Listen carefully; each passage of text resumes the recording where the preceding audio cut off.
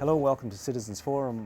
Walt is a little bit under the weather this week, so I'm filling in, but he will appear later. He's not that much under the weather. Our guest in the first segment is Mekon Hayes. Mekon is with the African Heritage Association of Vancouver Island, and we're going to be talking about the group, the African Heritage Association of Vancouver Island. So welcome, Mekon. Thank you. So we've got a few things to talk about. What's the purpose of the group? The African Heritage Association of Vancouver Island, or AHAVI, as we go by. Yeah, it's a good acronym because it sounds African in nature, and it worked out well. Is it? Or who knows? I guess there's so many languages. It could be. There's so many countries and so many dialects for sure. It was formed about 13 years ago. A group of people from various areas in Victoria representing the African diaspora, countries of African heritage and Caribbeans and Europeans wanted to get together and have, I guess, almost like a clearinghouse or a group that can come together in support of Africans and Friends of Africa in Victoria, a central meeting point where we could work on advancing the interest of Africans and those of African heritage in the region. Yeah, it's nice to have an association. It's nice to have a way to get together. Yes. Do you put on events? We do. We have a few events. We have one coming up actually, AHAVI Celebrates, and it's celebrating all the positiveness and glory and culture of the African continent and the Caribbean continent and all of our heritages and foods and various cultures. It's also a time for the community at large to come and learn about the different cultures and foods and heritages of the area. So that's on February the 11th at the Garth Homer Centre. We're having a dinner and dance and performances and presentations. And a lot of the countries will be represented there. What's the date again? February the 11th. At the Garth Homer Centre. At the Garth Homer Centre. Is it only in the evening? It starts at 4:30, yes. It's an evening event.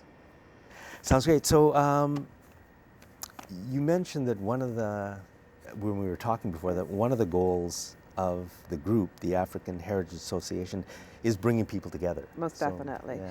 Which we need. We need, for sure. I mean, recent events have shown how important it is to have a strong community and have those supports. And quite often, of course, people are coming from out of the country and they're not with their families and they're not with their communities where they're supported. And it's comfortable for them to come and be with others that have shared some of their experiences. Or it's different when you're coming into a community and you're alone. But if you know where to touch base and where you can connect with people and where you can get your supports, whether it be around your family, whether it be just sitting and visiting and sharing food or same taste in music, or, you know, if things aren't going well for you and you just need to be bolstered up, it's very important. And the AHAVI community has been very supportive of our members in those areas. Yeah. And really, I think our society should be more supportive of those things. We should put a lot more money into those kinds of things. Very much so. Yeah. Black History Month is coming up. Today's the first day of Black History Month, yes. And today is Wednesday, February the 1st. That's right. Okay. Yes. And so Black History Month is important because it's a time where we can recognize the contributions of the Black pioneers to the region, but to the country and to the world. And AHAVI plays a role, even though we're talking about current issues and bringing people together currently. We want to have a vibrant community and be able to support people with Black heritage as they still make important contributions, and also help to recognize the contributions that have been made in the past, because it's all, again, has contributed to the Victoria that we live in. I don't know much about human history, but I have a feeling that where we started was somewhere in Africa. That seems to be the general consensus. Yes. So there's a long history there. Yes, and very much so. I can probably say I know absolutely nothing about it, and I don't know anything about what's going on in Africa right now. You just hear, one trouble spot, another trouble spot, and then you often feel that the world's powers are behind those trouble spots, but like it's unfortunate, that It is, and because that is a lot of what's broadcast here and what's spread here, a lot of the richness of the African culture and a lot of the accomplishments gets missed, and that is the major purpose of the Ahavi Celebrates, is that for us just to set all of that aside for a bit and just to focus on the richness of the different cultures of the Afro-Caribbean diaspora. Interesting, you use the word diaspora. I don't hear that word. I didn't even know that was a word that was used for the, but I guess it is. It is, because the cultures, I mean, we start on the continent of Africa, but as you said, if we all start in Africa and it's spread out, and there's a touch of African culture throughout the world. That's true. I guess we're all part of the diaspora. Yes. When was Ahavi founded? Just about 13 years ago. Okay. And as I said there, actually what had happened is that there was a passing of one of our elders in the community, and everybody had come together around her funeral and whatnot and realized the importance of connection and that it needed to happen more often, and that there needed to be a way for that to happen, and how we were going to go about reconnecting our community. And that's where Ahavi was born. Interesting. That's an interesting story. It's almost a legacy. Are there other organizations in town that you work together with? Yes, we've been in partnership with with the Black History Awareness Society. Some of the African countries have their own cultural associations, and we're able to. Their members are both. For instance, the Kenyan Association or some of the Somalian associations, and some of the countries are represented more in numbers than others. But and then at the wider community, we've done events in partnership with the mosque and the police diversity committee. A couple of our members sit on their board. The university and the college both have various programs for students of color and African studies and whatnot. Like I said, it's a point. Ahavi is a point where everyone can come together and learn and share, and it's people coming in, and it's us doing outreach as well. Some of the schools where there's presentations and whatnot that we do. What is Black History Month gonna be about? Are there going to be any public events? Ahavi itself doesn't have a lot of public events that we do, but we do go into some of the schools if we're invited to do presentations.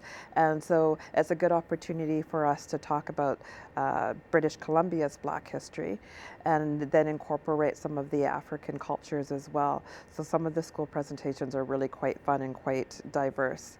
And we enjoy doing them. It's very important that the young people coming up, those of African heritage, are aware and proud of their culture, and those that aren't are learning about our culture.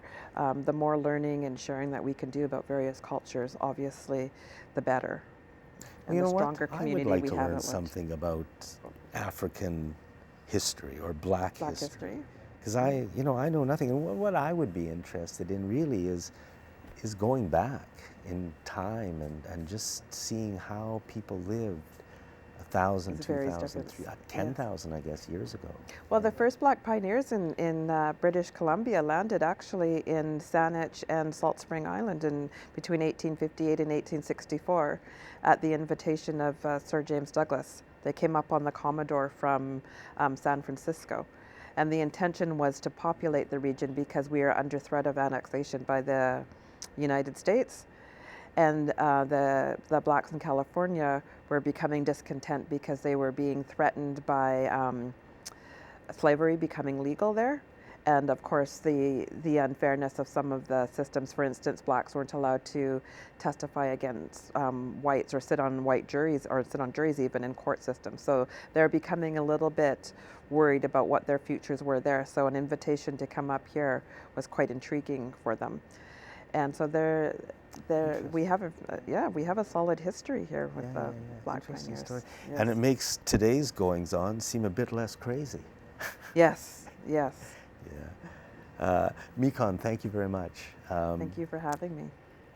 The African Heritage Association of Vancouver Island and Black History Month. And very interesting to me how little I know. Thanks for watching this segment of Citizens Forum.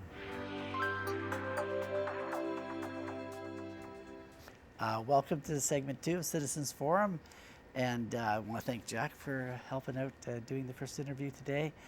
We have with us Warner Simbach, a well-known environmentalist here in Victoria, and comes on from time to time to talk about the topics of the day, and Jack is going to also help out in this discussion. So welcome, Warner, and hi, Jack, how are you doing? So the topic, I mean, it's an easy one to start out with, Warner's, is the issue about climate change and how we're looking at our governments and seeing what initiatives our federal and provincial governments are taking that take this issue seriously. So are you seeing anything happening at all in this area? Well, I was hopeful that the Trudeau government would really be using science and evidence to make decisions. We now have approval for the Kinder Morgan pipeline, twinning up that pipeline, sending bitumen or diluted bitumen all the way from Alberta to the coast of British Columbia, and then having huge tanker traffic going through the Strait of Juan de Fuca out into the ocean and back. So we're going to have, that seems to be a moving forward. You know, it's good for oil business, I suppose. It's good for the Alberta government because hopefully maybe they're able to survive the next election coming up for them. Here in British Columbia, we have an election coming up as well, and you know, Christy Clark has also gave green light to this particular project. I hope that the voters will actually send a message. You know, I think the Liberals have failed in demonstrating that they're doing something positive for the environment. Right? I think we need to really look at the other parties, put pressure on them, and then vote whoever you think can best represent the interests of British Columbians, but also the future generations to come. If we have a major oil spill because of an earthquake or because of a tanker accident on our coast, do you really want that? Do we really want that to happen? I think we need to, you know, engage the public. I hope people will pay attention. I hope people will ask tough questions and then really vote for the best party that can represent the future generations, not just today's generation, but the ones to come, because we're going to ruin it all, right? Yeah, it seems that, you know, there was a little bit of hope with Mr. Trudeau. Now, he was the ultimate authority in approving that pipeline, wasn't he, the federal government? Yes. So, you know, we thought maybe we might get a break somewhere in that place. But we're seeing now that several decisions that Mr. Trudeau has made in the last few weeks is showing us that he's going in we're not going to have direction. electoral reform, right? That was just the latest. I heard it today. Yeah. And very sad because it was promised to us. He promised it so many times, saying this was the last election, the last federal election that was first past the post. Now he's backing away, saying that Canadians want to keep the status quo alive, which I doubt very much so. I think Isn't it hard, though, to check? I mean, we see what's happening around us, and I think there are a lot of people with a level of awareness would look at these issues, and it's plain that things have to happen and should change. What's hard to measure is the average Canadian, let's say, in Ontario or in the Maritimes. Somebody's hoping to get a job, maybe working in the petroleum industry. You know, it's so hard to gauge where they're thinking, you know. I feel for those people that are stuck in that industry and who either been laid off because of the low oil price, but there's the point, right? The oil market is very volatile. It goes up and down all the time. It's a boom and bust situation. Yeah. We need to move away. We need to, diversify our economy. Yeah. Oil is, putting all your eggs in that fossil fuel basket. But we all know if you were to pay attention to the science and what the scientists are saying, and the ones that have either been retired or have retired, who are now speaking freely, they say we have a climate emergency. Yeah. And it hasn't gotten better. Now we have Trump south of us, Yeah. a climate denier. All the people in his administration are denying science, the facts. We're going to go backwards instead of forward. The little progress that Obama has made is already gone. Yeah. And we're going to make it worse. And when you listen to the scientists who really truly understand and are willing and open about the issues, they say we already lost time, precious time. We need to act. People were hopeful for Obama when he was in power for 8 years. He didn't really accomplish a lot because the Republicans, they were putting roadblocks in his way left, right, and center. He couldn't move forward or couldn't move back. Yeah. And then he tried to do all kinds of things through the various departments, like the EPA, to put restrictions on greenhouse gas emissions because Congress was incapable to address the issue because they're climate deniers. I mean, we put satellites up around the Earth. That's science working really well for us, doesn't it? Yeah. Why would we not trust scientists, the majority of them, saying there's an issue, there's a serious issue. We're causing it, we need to change, otherwise the consequences of not doing anything are going to wipe most of us out. Well, it always seemed to me like in a common sense approach is when you have a certain behavior and that behavior may lead to catastrophe.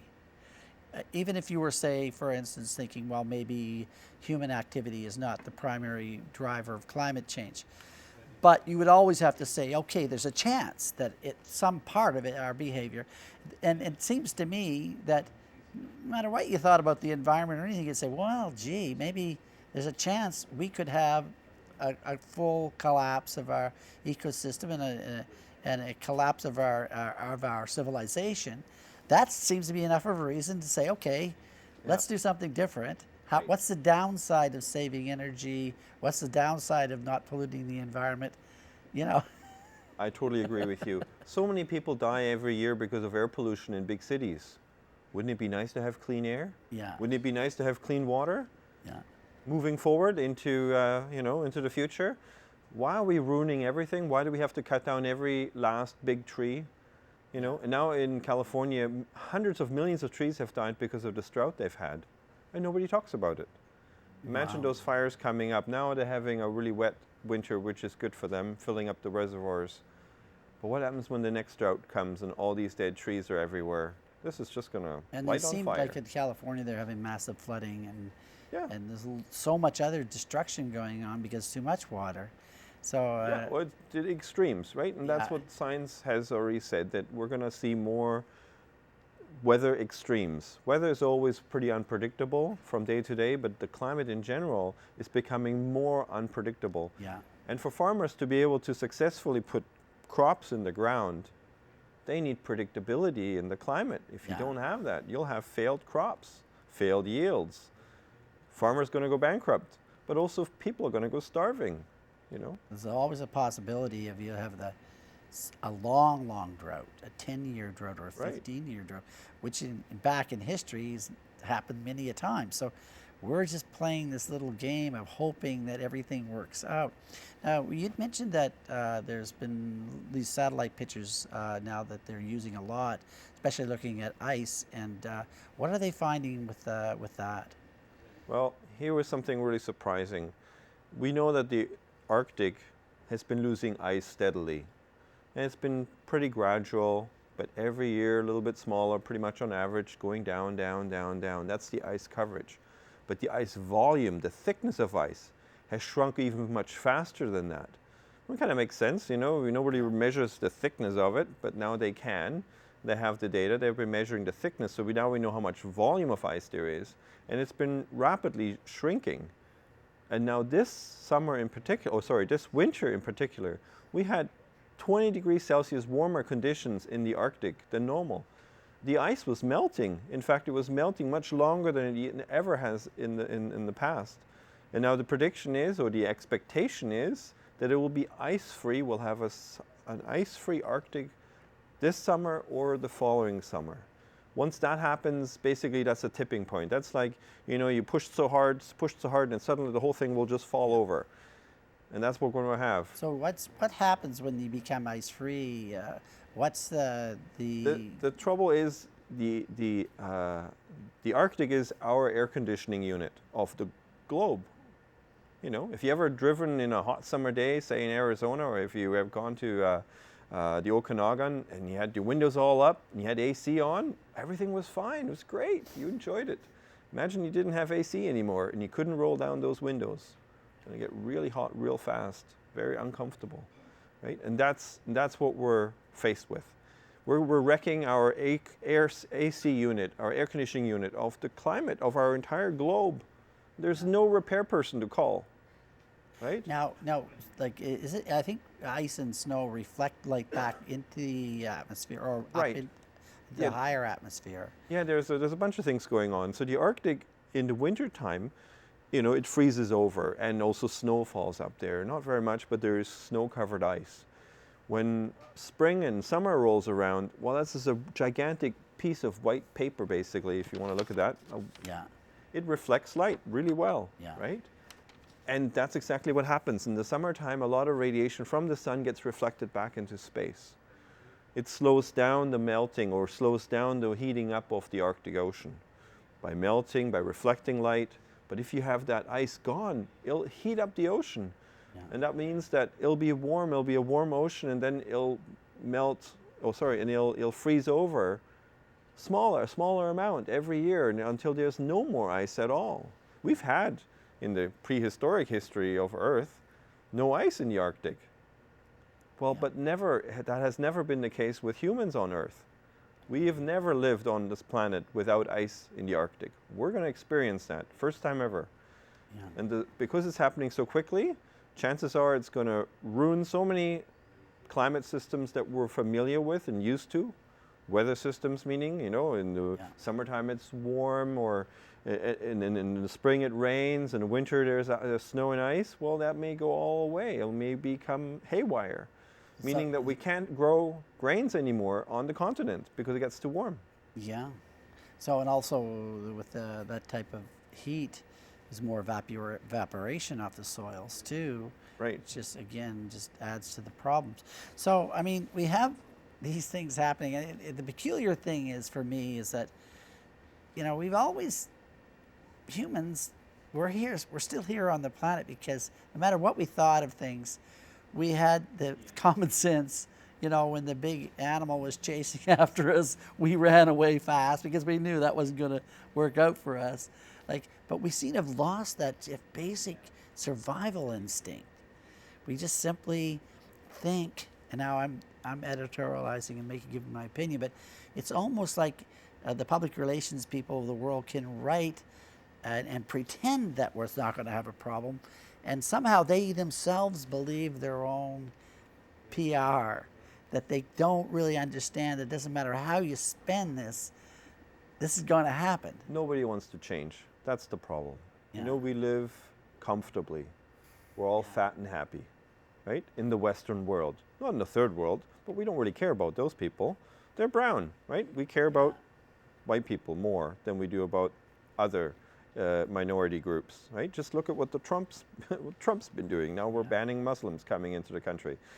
I mean, at least there's some opposition now to this sort of ideas, which is positive. There was a big march in Washington, the Women's March. Very positive. But we need more of that, unfortunately, because obviously the powers that be don't want to change. Even with scientific evidence, they don't want to change. They're going to run the bus over the cliff, and we're all in it. And we'll be partying all the way. Well, some are. Down, right? Yeah. It's a very strange thing. Try to understand that type of behavior. Really what it comes down to is usually the economic model that we have, or the economic system that we have adapted, which is endless growth, right? Yeah. You need to have endless growth on a finite planet. Well, that doesn't work, right? Yeah. Well, it's like, I think that we have like a model of endless exploitation of natural resources. Sure. So, there is a model too that says, look, we could have economic growth just to put our money in our investments into things that doesn't destroy the environment for a change. Right. You know, and I think, you know, what are the sort of things you could think could happen for people on a practical terms in their lifestyles that could help in that endeavor to just not have that much impact? Well, you know, if everybody would do the same thing, then yes, we would have an impact. I mean, for yourself, in order for you to sleep at night maybe and look at your children's in the face, you know, with a straight eye, you know, everyone talks about the 3 R's, you know, recycle, reuse, reduce. Yeah, do all those things if it makes you feel better. But really, you know, you shouldn't be eating much meat at all, hardly any. If you ideally become a vegan if you can do it, right? Not everybody can. It's a change, but try it. Try eating less meat, because meat production is a huge greenhouse gas driver. Unbelievable. Drive less, right? Use a bicycle. It's healthier for you, right? Don't fly to Hawaii. Don't fly to Mexico. Stay here. You know, support your local economy. You know, fly every 5 years maybe. Flying is, again, a huge contributor to greenhouse gas emissions that we don't hear much about, but it is, right? The products you buy, you know, buy something that lasts. Don't buy something that you throw out again. You know, we basically have to go back where we came from, you know? Yeah. I hate to say it, we have to sort of live much more simpler and buy local. Like pretend it's like 1850 or something, and when they were living with so much less technology. Yeah, I suppose the Industrial Revolution started right there. Coal and stuff by 1850. But when you think about it, we could live very simply, work less, have less impact on the planet, and we'd be happy. I'm not sure about working less. I think we'll have to just work differently. Yeah. Yeah, you know, people who can have the ability, get yourself a little vegetable garden going, you know. Yeah. Figure out how much effort it is to grow something, but it is a lot of fun too. It's enjoyable. It's good for you. In fact, the bacteria out of soil, you know, it's like it calms you down. It's a natural antidepressant. Yeah. A lot of people are depressed. You know, this information is depressing, but you know, we need to get off our butts and do something about it. You have to let your politician know that you want them to do something about it, right? Right on. Now, on that note, I think we should end today, and I think this is if people start to take their own take initiative and take responsibility, and maybe not look to our politicians because they seem to fail us so much that unfortunately they make decisions that our children will have to pay for down the road. Yeah, it's a very serious situation. Thank you, Werner. I really appreciate having you on today. Thanks for having me. Well, I'm sure we'll have you back in the future. So that completes this segment of Citizens Forum. Welcome back. My guest in this segment is Mohammed Yunus Mirza. I used to be involved in a radio show, and Mohammed was our guest several times, but I haven't seen him for a long time. So welcome, Mohammed. Actually, I used to always call you Yunus. Is that? That is fine. Many people know me by the name of Mohammed or Yunus, whichever is convenient to I'll you. go back and forth. So Walt asked you on the show because we wanted to just talk a little bit about, this is being filmed on February 1st, Wednesday, so it's very, very short time after what happened in Quebec City and the murders that took place. So maybe you can just say a few words about that, or how you're feeling, or whatever. Well, first of all, thank you for inviting me, Jack and Walter.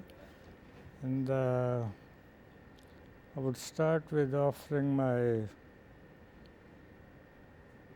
condolences and deep sympathy for the victims of this horrendous and heinous crime that happened in Islamic Center in Quebec.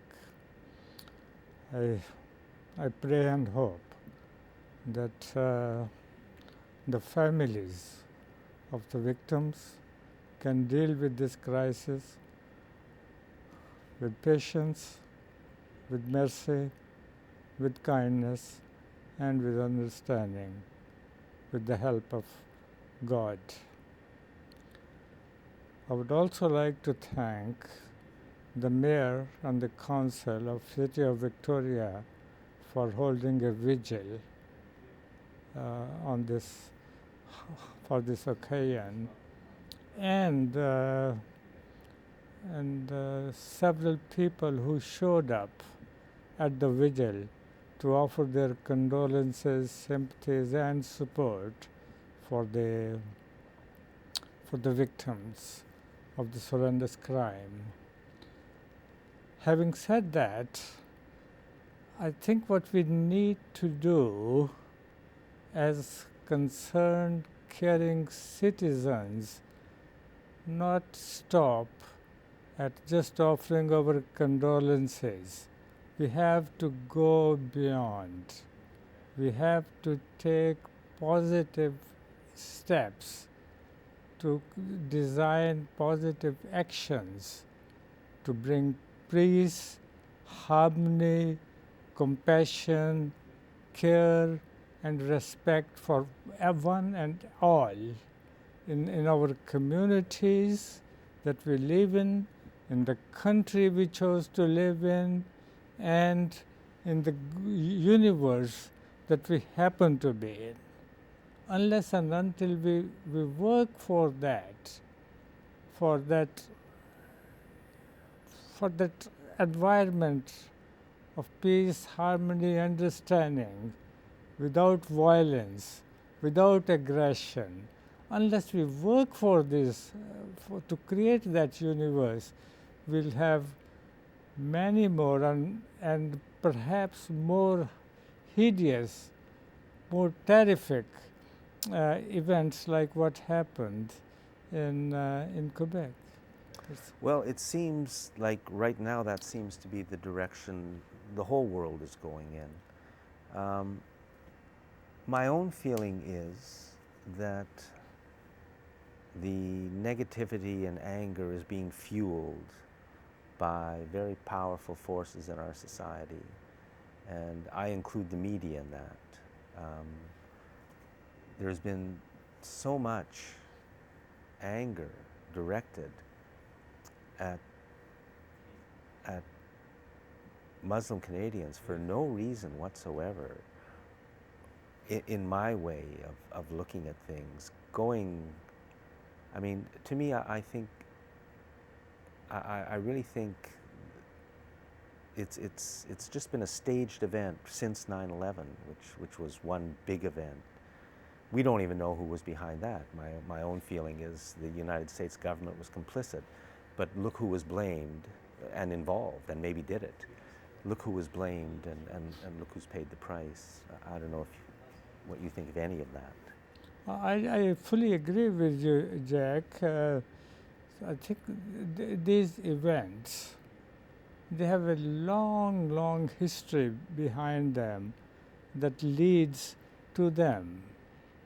I mean, many scholars, many anthropologists, many social scientists, many political scientists have written about it with very concrete documentations that what kind of forces are behind staging this sort of horrendous events. And it has happened all the times. I mean, just take the example of Muslims. You know, they've been demonized, they have been called all kinds of names throughout the history by the colonial and imperial powers. And so has happened to other minority groups, of other color groups, other faith groups, and it goes on and on. And yes, they're very powerful forces behind it with their own specific agenda to accomplish, and they keep doing it. And I think you're right that our corporate media, our political establishment, our systematic form of manipulating these things is is in force. They're doing their thing, and I think it's this event and the events that happened before it should be a wake-up call for all concerned citizens, human beings, that we have to wake up. We have to take appropriate, concrete actions, to influence the decisions that are made, which are negative, which are destructive. To me, one of the greatest things would be if people would just start telling the truth about what's going on in the world. For example, just the war in Syria, which has been so devastating. My own feeling is that war was started by the United States. There would have been no war in Syria if it was not for the United States. The biggest danger, the biggest threat to us at almost every level is speaking truth to power. It always has been, and it still continues.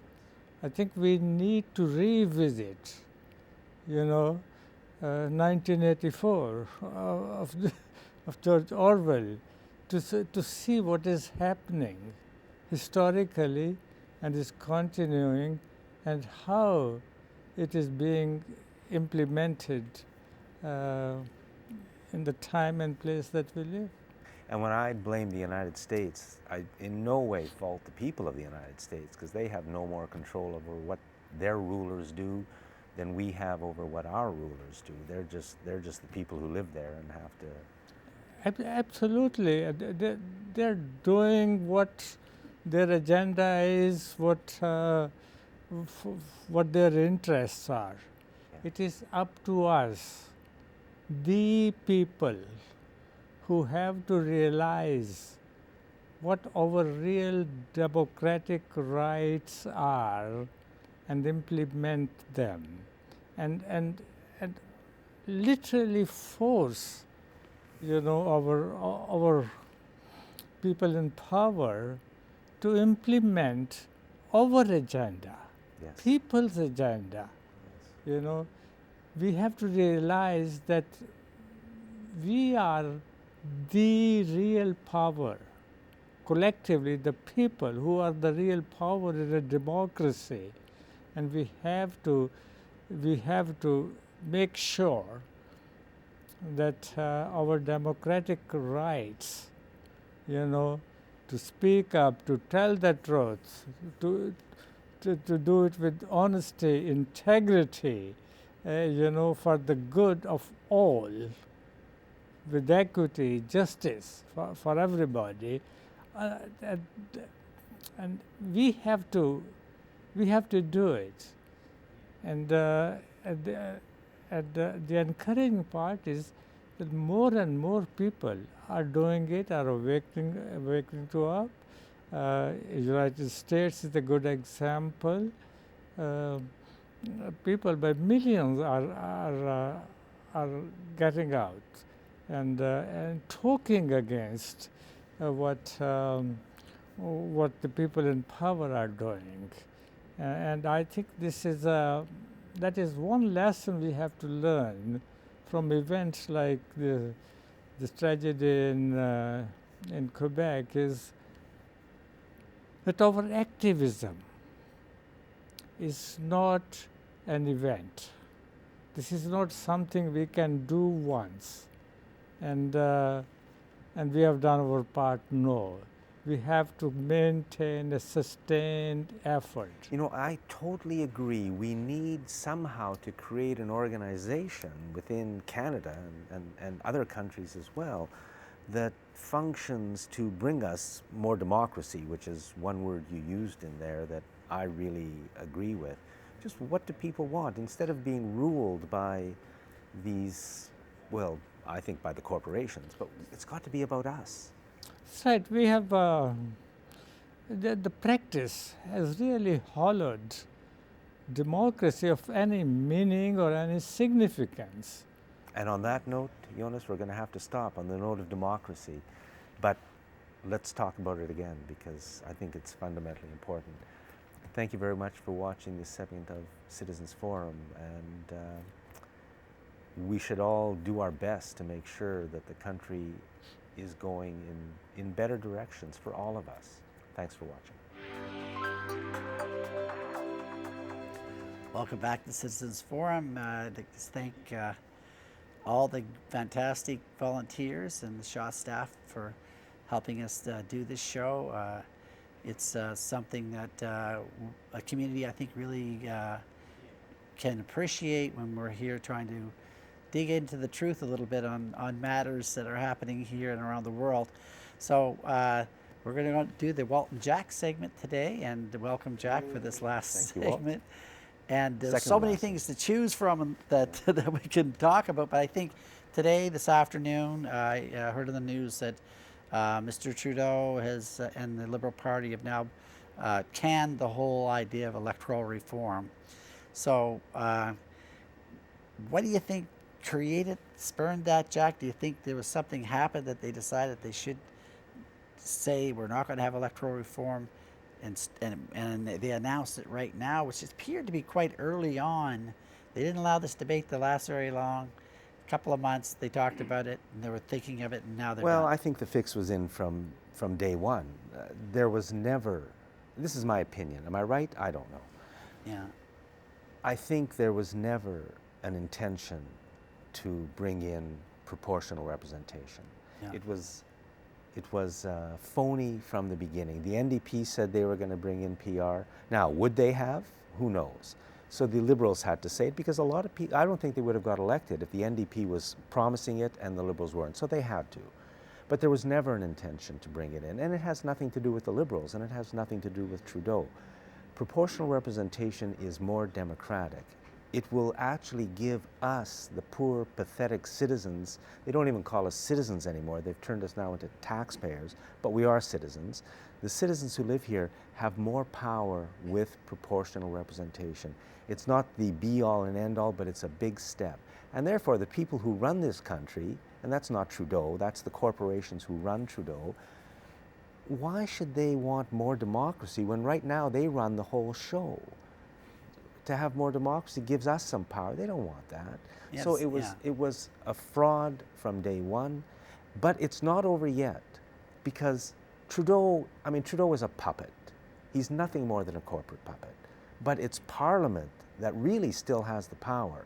And it's up to us, the people of this poor country, to go to our parliamentarians and say, listen, you people who we are paying $150,000 to every year so you can betray us year after year and decade after decade, do something. You vote in proportional representation, or get the committee back. Get that committee to tell you what Canadians wanted, because what they wanted was proportional representation. Now Trudeau says, oh, there's nothing. So. Yeah. Well, you know, I did a little bit of reading. Some people would call it research on looking at what was influencing the last 2 or 3 elections in Canada. And one of the most startling things that I found out was that the same people, the same public relations people that are embedded in every major political party, and many times work for the same public relations firms, were running all the campaigns. Now, you can go to powertothepeople.ca and you can read all about it. I mean, the facts stand, and particularly with the last election in British Columbia. The other thing that I'm thinking about is that, okay, Mr. Trudeau he's got elected here, they've got their pipelines are going in, the Site Dam is going in, and the oil industry's gotten pretty well everything they want. But maybe they don't want Mr. Trudeau next time. So now they're setting a stage of advising him to get rid of electoral reform. And they're probably telling him to do it early and maybe the public will forget about it. Well, we know the public's not going to forget about this. And it might be a very clever way to get rid of Mr. Trudeau in the next election. So that's my observation there. I'm just speculating on it.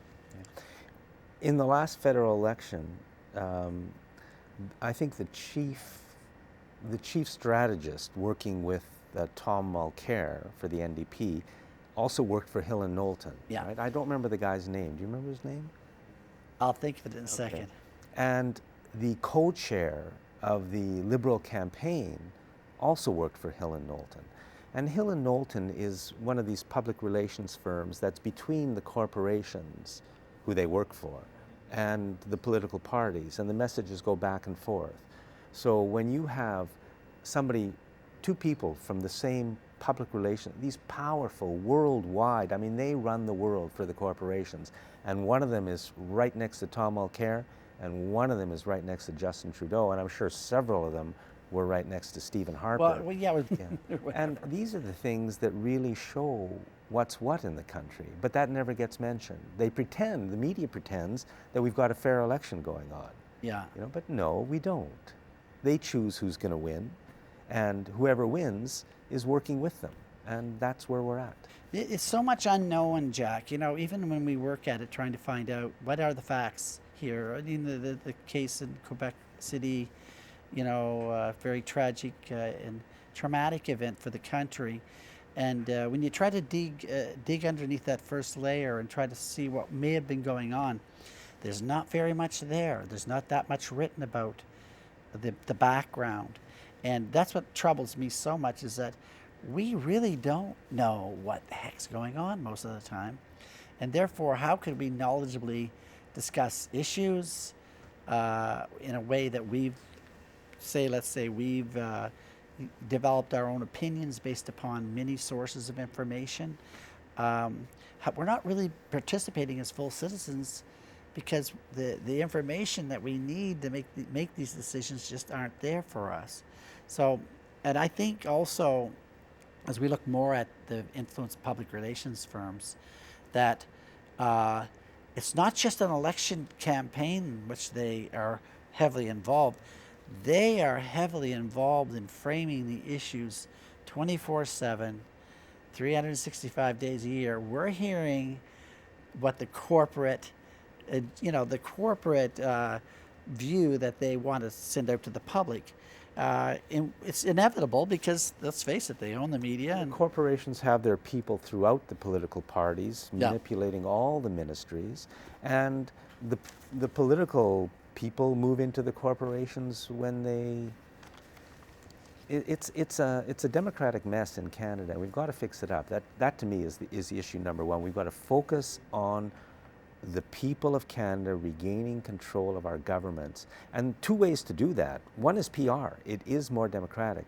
And the second is to reduce the power of the party leaders. Because right now, if the corporations control the party leader, he controls everything, Yeah. or she, as in the case of Christy Clark.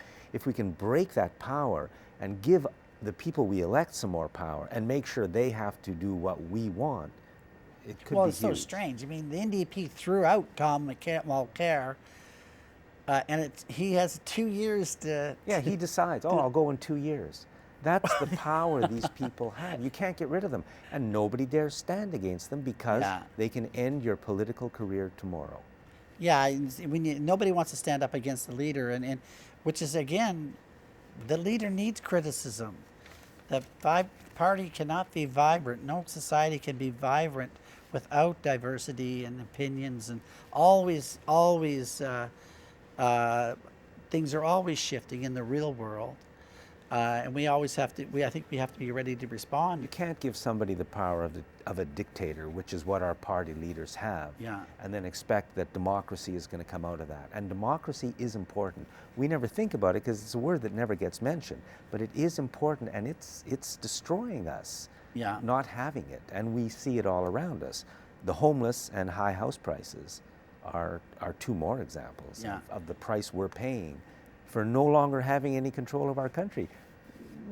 We're being just, corporate profit runs our housing industry, so they reduce the supply and they push up the prices.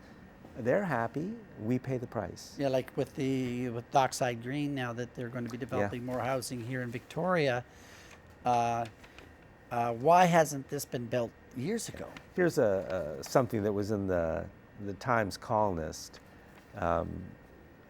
just a couple of days ago. This is the front page. You got two headlines. Both of them are very good. Yeah. This one here, after 6 years, new life for Dockside Green. I mean, everybody knows Dockside Green. It's a relatively small complex. But here they're talking about, the headline here says, Victoria Council approves changes to plan that envisions as many as 12 new buildings. In that one small area, 12 buildings. Well, we've got a housing crisis that's been going on for a decade, a housing shortage. Why is it only now that these 12 new buildings are being built? And there are many areas around downtown even that are, I mean, you walk in there, you feel like you're in Swift Current, Saskatchewan on a Saturday afternoon. There's nothing. It's 1 story, 2 story, old, you know, all of that could be incorporated into new housing with a little bit of planning. It's all being kept off the market. That's why we have the homelessness. That's why we have the high house prices. The media never talks about it, but what a mess for all of us. This is what I mean when I say losing our democracy, we're paying every day. You know, the CMHC, Canada Mortgage Housing Corporation, used to have all sorts of policies on developing homes and apartments for for affordable costs, but the federal government got into that 15 or 20 years ago. Yeah, all part of the plan. It wasn't by the province accident. isn't involved. Provinces The city are out. councilors don't seem to have enough power or foresight to really bring that idea forward. So we are locked up there, and you know, I think it was 0.05 vacancy rate or something in Victoria now. So it is a crisis, and even people that are earning money are finding it's very hard for them to find a place to live. Jack, we could go on so many other issues, but we're gonna have to wrap it up at that for today. So thanks so much for that, and thank you for watching this segment of Citizens Forum. Welcome back. The last segment of Citizens Forum is being filmed on Wednesday, February the 1st. Our guest is Will Smith. And Will, we just had a conversation before the show, and you said some amazing things, so I just wanted to have you on. And Yes, well, I'm fascinated with the scene of cannabis, and so I've got a news alert, and I get every article that's on the web for cannabis if I care to go through them. And the things that I've noticed in the past 2 weeks that are really interesting, the Mexican Parliament legalized cannabis for medicinal use unanimously. Now that's for medicinal use. Yes. So that when you said that, I thought, what? I haven't even heard a word about this, because that is huge. Well, the thing that's so huge about it it's no surprise to anybody that cannabis is a medicinal plant. I mean, it's getting to where it looks like, you know, we've got this terrible scourge of all these diseases, including scurvy, and the oranges are the miracle cure. And the government took oranges out of the food chain 100 years ago, so now it looks like a miracle cure. They took cannabis out of the food chain, so it looks like it's a miracle cure, but really it should be in the food chain. So anyway, but I interpret this as people are not paying attention to the United States government's edicts so much. So you're saying that for Mexico to do this, it yes, means for them to have a unanimous vote on that, I think that's an indicator that they're not listening so much. And Germany's the same way. They just passed medicinal cannabis unanimously once again. And so that, to me, says the same thing. The Germans feel very slighted by Trump. I mean, he may crash their economy. That's what it looks like right now. So they're not exactly pleased. But then the other interesting thing is I got an article from Forbes magazine where they are tracking the prices, because, you know, there are no market makers. There's no market. So the prices are determined over the internet. And so last year, in 2016, cannabis dropped wholesale prices in the U.S. from $2,500 a pound to $1,000 a pound. So that's quite a drop. And there's word out that here in Victoria, an ounce of cannabis is now going for...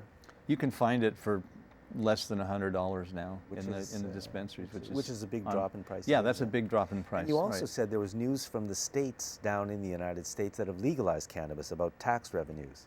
Oh yeah, that was funny. The Oregon, since the banks won't touch any cannabis money, they only take the big deals. Yeah. Anyway, there's a 30-day wait now to turn in your tax revenues to the state of Oregon, which is something they didn't anticipate that it would be.